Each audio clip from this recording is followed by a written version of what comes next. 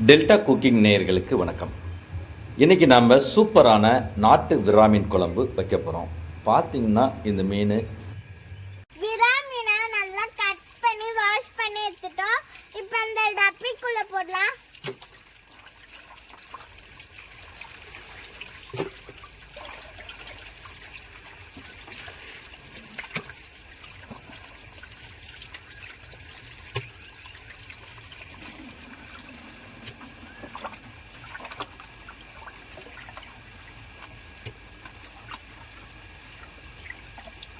எடுத்து இதில் போடலாம்.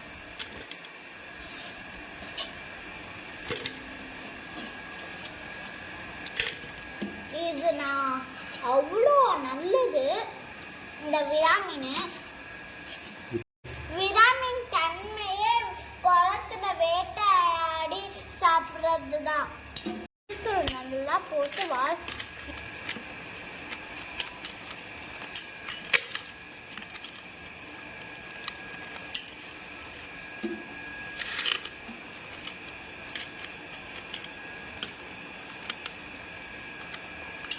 தேவையான மீனை தச்சு வைக்க போறோம். இப்போ நம்ம தேவையான பொருள்களை எடுத்துக்கிறோம். 1/4 கிலோ வெங்காயம், சின்ன வெங்காயம் எடுத்துக்கிட்டோம். தக்காளி ஒரு 1/4 கிலோ எடுத்துக்கிட்டோம். ஒரு மாங்காய் எடுத்துக்கிட்டோம். இப்போ நம்ம எடுத்தோடனே ஒரு காணொலியை வச்சுட்டு அதில் கொஞ்சமாக வெந்தயத்தை போட்டு நல்லா எப்போதுமே வைக்கிற மீன் குழம்பு மாதிரி வெந்தயத்தை நல்லா வதக்கி எடுத்துக்கிறோங்க. வெந்தயம் எப்போதுமே நல்ல பொன்னிறமான வரணும். வந்தோடனே உடனே நம்ம 1/4 கிலோ எடுத்துருக்கிற அந்த வெங்காயத்தை நம்ம சட்டியில் போட்டு கொஞ்சம் வறுத்து எடுத்துக்கிறோம். அதாவது நல்ல அதோட கலர் பொன்னிறமாக வர்ற வரைக்கும் நல்லா வதக்கி எடுத்துக்கிறோம். சின்ன வெங்காயத்தை பொறுத்தவரையில் போட்டோன்னே நம்ம வச்சோன்னா அந்த பச்சை வாடை திரிகிற வரைக்கும் நம்ம நல்லா வதக்கி எடுத்துக்கணும். கூட 2-4 பச்சை மிளகாய் போட்டுக்கோங்க. சூப்பராக வதக்கி எடுத்தாச்சு. பார்த்திங்கன்னா அந்த கலரே நல்ல பொன்னிறமாக வந்துருச்சு. கருவேப்பிலை அந்த ஸ்மெல் எல்லாமே பார்த்திங்கன்னா நல்ல ஒரு அது பச்சை கருவேப்பிலை அந்த நிறம் மாறாமல் அப்படி வதக்கி எடுத்துக்கணும். அதுக்கப்புறம் நம்ம பார்த்திங்கன்னா நாட்டு தக்காளி நம்ம 1/4 கிலோ எடுத்துருக்கோங்க. அந்த தக்காளியை பார்த்திங்கன்னா அதையும் அந்த வெங்காயத்தோடு போட்டு நல்ல மேஷ் ஆகிற மாதிரி நல்லா வதக்கி எடுத்துக்கணும். மீன் குழம்புக்கு பொதுவாகவே அது நாட்டு விராமீன் குழம்புக்கு பார்த்திங்கன்னா இந்த மாதிரி நாட்டு வெங்காயம், நாட்டு தக்காளி, அதே கருவேப்பிலை, பச்சை மிளகாய் இது ஒன்று தாங்க. மீன் குழம்பு எப்போதுமே பெரிய விஷயம்லாம் சேர்க்கப்படுறது கூட எப்போதும் ஃபார்மலாவாக சேர்க்க போகிறது மட்டும்தான். இது நல்லா வதக்கிற அளவுக்கு அதை வதங்கி அந்த தக்காளி வெங்காயம் அது எல்லாம் ஒன்றா மேஷ் ஆகிற மாதிரி நல்லா வதக்கி எடுத்துக்கணும். மற்ற மீன்கள் மாதிரி கிடையாது. இது இந்த விராமீனுக்கான தன்மையே குழம்பு தாங்க அட்டகாசமாக இருக்கும். ஸோ நம்ம எல்லோரும் இதை நம்ம ஈஸியாக செஞ்சு பார்க்கலாம். நீங்களும் வீட்டில் இந்த மாதிரியான மீனை வாங்கி சமைச்சு பாருங்கள். இப்போ நல்லா தக்காளி வதங்கி வந்துருச்சு. கூட நம்ம என்ன பண்ணுறோன்னா நம்ம வீட்டில் அந்த குழம்பு மசாலாத்தூள் இயற்கையாக நம்ம எல்லார் வீட்லேயுமே அரைச்சி வச்சுருப்போம்.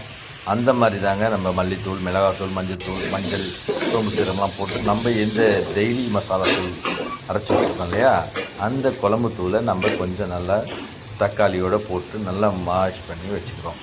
அது ஒரு 10 நிமிஷம் அந்த பச்சை வாடை தீர்ற வரைக்கும் நம்ம நல்லா வதக்கி எடுத்துக்கணும். அதுக்கப்புறம் பார்த்திங்கன்னா நம்ம மீன் குழம்புக்கு அதிகமாக தேவைப்படக்கூடியது புளி கரைசல் நம்ம குழம்புக்கு தேவையான ஒரு லெமன் சைஸோ அது ஒரு கிலோ மீனுன்னு வச்சுக்கோங்களேன். அப்போ நம்ம ஒரு 2 லெமன் சைஸுக்கு உருண்டையாக உருட்டி மீன் குழம்புக்கு புளி சேர்த்துட்டு நம்ம புளி கரைசலை நம்ம குழம்புல மிக்ஸ் பண்ணணும். மிக்ஸ் பண்ணிவிட்டு நல்லா கிண்டி விட்டுறணுங்க. அது பார்த்திங்கன்னா நம்ம குழம்புக்கு அதிகமாக புளிப்புத்தன்மை இருந்தால் தான் மீன் குழம்பு பொதுவாகவே நல்லாயிருக்கும். இப்போ நம்ம புளி தண்ணி போட்டாச்சு. புளி தண்ணி போட்ட உடனே நம்ம என்ன பண்ணணும்னா நாட்டு மீனை பொறுத்தவரையில் நம்ம இந்த கடல் மீன்களை நம்ம லேட்டாக போடுறது, கொதிக்கும் போது போடுறது அப்படின்னு இல்லாமல் நாட்டு மீன்களில் அந்த பச்சை வாடை அந்த ஒரு கவிச்செல்லாம் போகணுங்கிறதுக்காக நம்ம என்ன பண்ணுறோம்னா முன்னாடியே மீனை போட்டுடுறோம். கரைசல்லாம் பண்ணதுக்கப்புறம் எல்லா மசாலாலாம் போட்டு அதுக்கப்புறம் நம்ம உடனே மீனையும் போட்டுடுறோம். இது நல்லா கொதிக்க விட்டுருணும். இது நல்லா குழம்புல போட்டு எல்லா மீனையும் மிக்ஸ் பண்ணிவிட்டு நம்ம தேவையான அளவுக்கு உப்பு, உப்பு சேர்த்து நல்ல குழம்ப நல்லா கொதிக்க விட்டுறணுங்க. இப்போ உங்களுக்கு பார்த்தாலே தெரியும், அந்த குழம்போட கலரே பார்த்திங்கன்னா நல்ல கலராக இருக்குது. இது வந்து பார்த்திங்கன்னா காரசாரமான உணவு. அதாவது எங்கள் மாவட்டங்களில் ஏன்னா அதிகமான வலுவான வேலைகள் செய்யக்கூடியவங்க, ஆனால் பயங்கரமாக காரம் சாப்பிட்றவங்க டெல்டா மாவட்டங்களில் அதிகமான கார உணவுகளை எடுத்துப்பாங்க. அந்த வகையில் இன்றைக்கி குழம்ப சரியாக காரம் போட்டு கொதிக்க விட்ட பிறகு கொதிக்க விட்டாச்சு. குழம்பு நல்லா கொதித்து வந்துச்சுங்க. நம்ம குழம்புல நம்மளுக்கு இன்னும் அடிஷ்னலாக டேஸ்ட் தரக்கூடியது, புளிப்பு தண்ணக்கூடியது மாங்காய். நல்ல ஒட்டு மாங்காவில் நாங்கள் டேஸ்ட் அந்த ஒட்டு மாங்காய் அந்த மீன் குழம்புல போட்டோம்னா அந்த குழம்போட சுவையே தனி.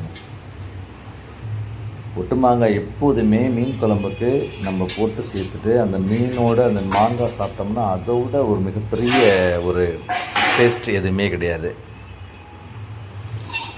நல்லா மீன் குழம்பு கொதித்து வந்துருச்சு. கொதித்து வந்ததுக்கப்புறம் நம்ம கடைசியாக இறக்க போகிற சமயத்தில் நம்ம வந்து அதாவது உப்பு எல்லாம் சரி பார்த்துட்டு நம்ம தேங்காய், மிளகு இதெல்லாம் நம்ம அரைச்சி வச்சுருக்கோங்க. அதை நம்ம மிக்ஸ் பண்ணிவிட்டு குழம்போடு மிக்ஸ் பண்ணிவிட்டு நம்ம என்ன பண்ண போகிறோம்னா குழம்பு ஒரு 10 நிமிஷம் சென்டரில் கொதிக்க வச்சுட்டு உடனே இறக்கிற வேண்டியதாங்க. இப்போ பார்த்திங்கன்னா குழம்பு நல்லா கொதித்து நல்ல டேஸ்ட் வந்திருக்கும். பார்த்திங்கன்னா தெரியுது உங்களுக்கு பாருங்கள். விரா மீனை பொறுத்தவரை அந்த மீன்களில் துண்டுகளை விட அந்த விராமீன் மண்டையில் தான் ரொம்ப டேஸ்ட்டாக இருக்கும். நிறைய பேர் விரும்பி சாப்பிட்ற உணவு பார்த்திங்கன்னா அந்த விராமீனுடைய மண்டை பகுதி சூப்பராக இருக்கும். நீங்கள் ஒரு முறை ட்ரை பண்ணி பாருங்கள் நேர்களே. நன்றி, வணக்கம்.